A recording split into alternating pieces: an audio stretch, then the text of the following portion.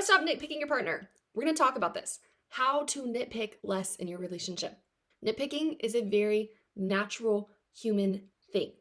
Our brains are designed to look for what's gone wrong in general in life. It's called a negativity bias. And so our brains are always scanning, looking for what's gone wrong with ourselves and the people around us. And it's a protective mechanism. So that's what our brains do in general. But if you also have relationship anxiety, then your partner is likely under extra scrutiny, which means your brain is looking and scanning for ways that your partner is doing things wrong.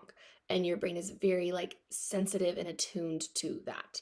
So I'm going to talk to you guys about that today, about how to navigate the nitpicking so that you do it less. Because if you're watching this video, I have a sense that you are probably someone who very deeply desires to be a loving partner, who wants to be kind and supportive and isn't wanting to be negative, and isn't wanting to nitpick and criticize their partner. But yet it kind of feels like you are just stuck in this habit of doing it. So we're going to talk about that today. First thing, so because again, you likely are someone who wants to be kind, wants to be nice. You don't like that you're nitpicking. You don't like that your brain is doing that. And so as soon as we notice a nitpicking tendency, one of our first knee-jerk reactions often is to nitpick ourselves. We start criticizing ourselves. So, whether you make a comment to your partner or you have a nitpicky thought in your brain, oh, why did he do that? And the dishes differently. It was annoying that he said that. You have some kind of thought, or maybe even you comment it. And then immediately your brain turns back to you. And then your brain's like, why did you say that? Why did you do that? Or why are you thinking that way? That was so mean of you. You're a horrible, awful girlfriend. He would never talk to you like that. And then your brain starts criticizing you and beating you up. And it feels like it's going to help. It feels like, okay, if I can just criticize myself, then I will stop doing this. But this is actually a big part of the cycle. This is the cycle that is creating this pattern of nitpicking in the first place, because we get in this pattern of nitpicking our partner and then nitpicking ourselves. And then it goes back and forth. It doesn't ever actually stop the nitpicking. It just makes us feel more critical of our partner and then more shame and more judgment towards ourselves. So what do we do instead, right? We don't want to nitpick. We have to recognize that criticizing ourselves is not going to stop our nitpicking of our partner. We have to understand why we're nitpicking, and we have to understand it from a lens of compassion and a lens of love. I'm not talking about oh my gosh, why did I think that thing? Why did I say that thing? What does this mean? And where we start anxiously analyzing. No, I'm talking about genuinely getting to know that side of you that is nitpicky and understanding how your brain thinks that's helpful. See, often nitpicking is a protective mechanism. It's this part of us that wants to protect us from certain hurt. Now, whatever that hurt is going to depend on you, but let's say a common pain often that many of us are afraid of is rejection. We're afraid of being rejected by other people. And often we can be afraid that we'll be rejected by other people because of how our partner behaves.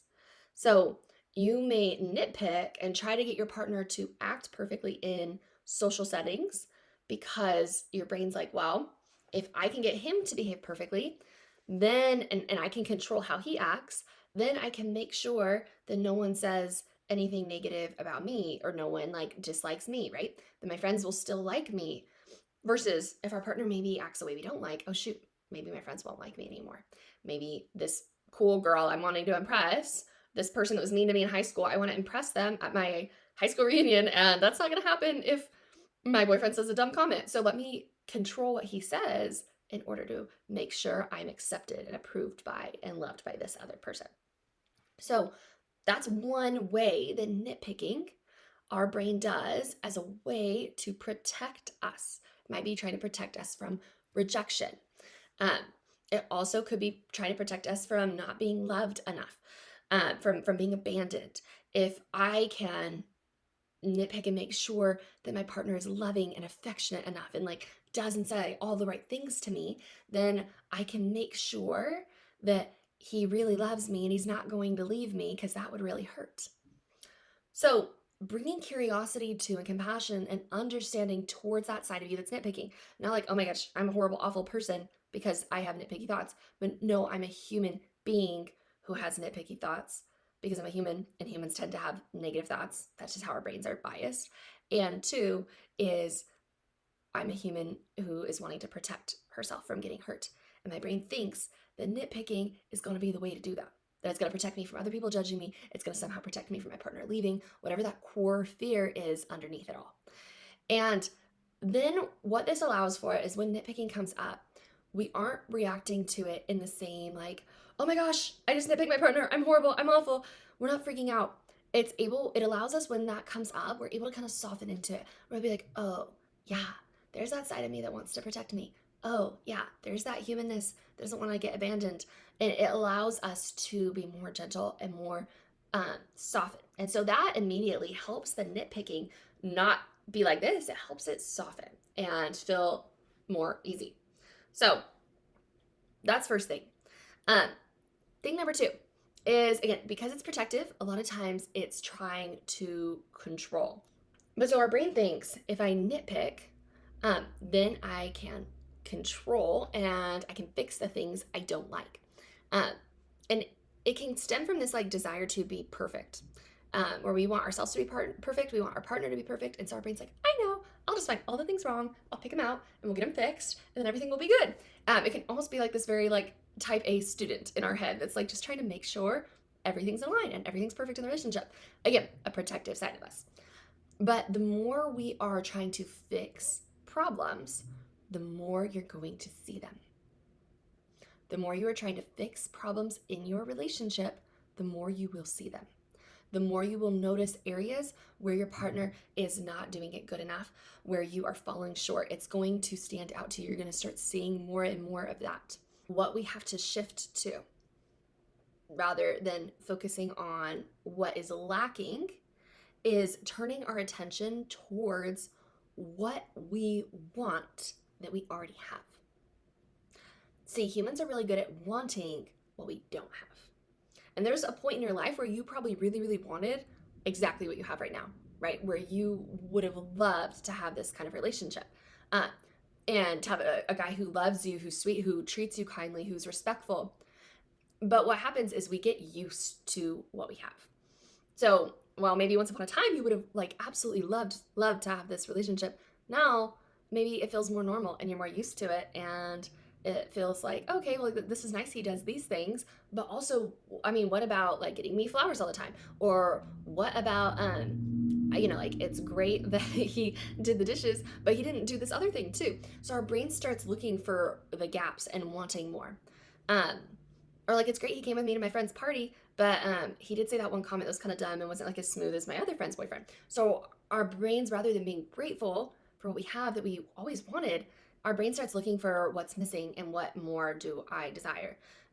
Which again, human brains, nothing's gone wrong there. But just to know is when we're looking at lack, when we're looking at what do I not have, Dan Sullivan calls this in his book, The Gap and the Gain. He talks about how a lot of us are focused on the gap, what's missing, versus the gain of what we have. And that the happiest people live in the gain of what they have rather than what's missing. And this is a lot what we're doing in our relationship. We're looking at that gap. We're looking at what's missing and what we don't have, rather than being in the gain of what do you have? What do you love about your relationship? And so rather than trying to find, okay, here's what's missing and I need to fix that and I need to change that, is allowing yourself to live in the gain of, I have this amazing boyfriend who treats me kindly, who's honest and respectful, and whatever the things are that drew you to this person in the first place, and allowing your mind and attention to focus on what you have. It's this skill of wanting the things you already have in your life rather than the seeking and wanting what you don't have, and allowing yourself to be grateful for what's already there. And this, I think, is such a powerful shift because, again, nitpicking is focusing on what's lacking and trying to fix it. And it's like we don't even need to correct all those things. A lot of times just shifting attention and focus to what we already have can create so much abundance inside of us and a sense of awe and like, wow, I can't believe that I have a person like this in front of me who does all these things for me and loves me in the way that he does. And it can make the same relationship shift and feel completely different. when we change to that focus. Now, thing number 3 is that side of us that's nitpicking because it's protective, it doesn't want to be ignored. A lot of times it wants to be vocalized, which is why what we'll do when we have nitpicky thoughts is we'll start obsessing and we'll think and we'll think and we'll think about it, or we'll like blurt out whatever the thing is, because that voice is like, I'm protecting you, this is important, this is urgent, don't ignore me, don't ignore me, don't ignore me. And if we just simply try to set aside the nitpicking, understanding it and focusing on what you have will help. But this third thing I think is so, so important, which is PRR: pause, regulate, and return. So we're going to go through what all that means. But basically, the nitpicking in the moment is going to feel really, really important. It's going to feel like you got to do something about this right now. That thing you didn't like that your boyfriend said, you need to say something right now about it. Or how your friend's boyfriend did this thing better, you got to say something about it. It's going to make you feel this urgency and this need to respond right in that moment. But you're not going to do that. You're going to pause. You're going to take a big breath and regulate, which is all about how do I calm and how do I soothe my nervous system. So having a technique in your back pocket to get yourself out of that protective, that intense, like that urgency, to relax in that moment.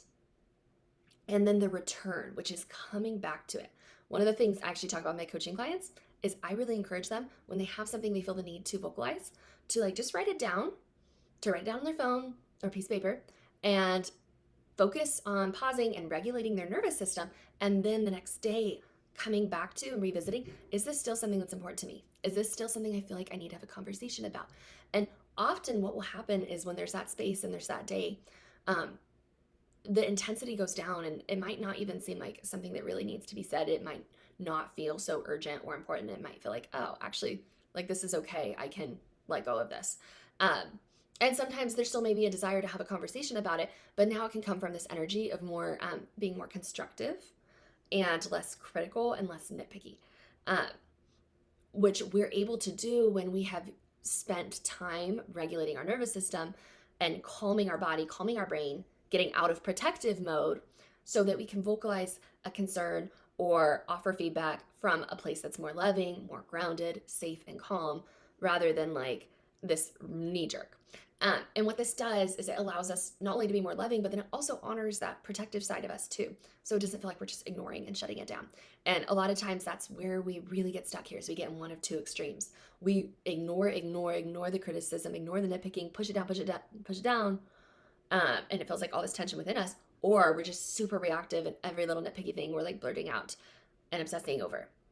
And I find that when we pause and focus on regulating and then return to it later, it allows us to honor noticing that protective voice without being overly reactive to it.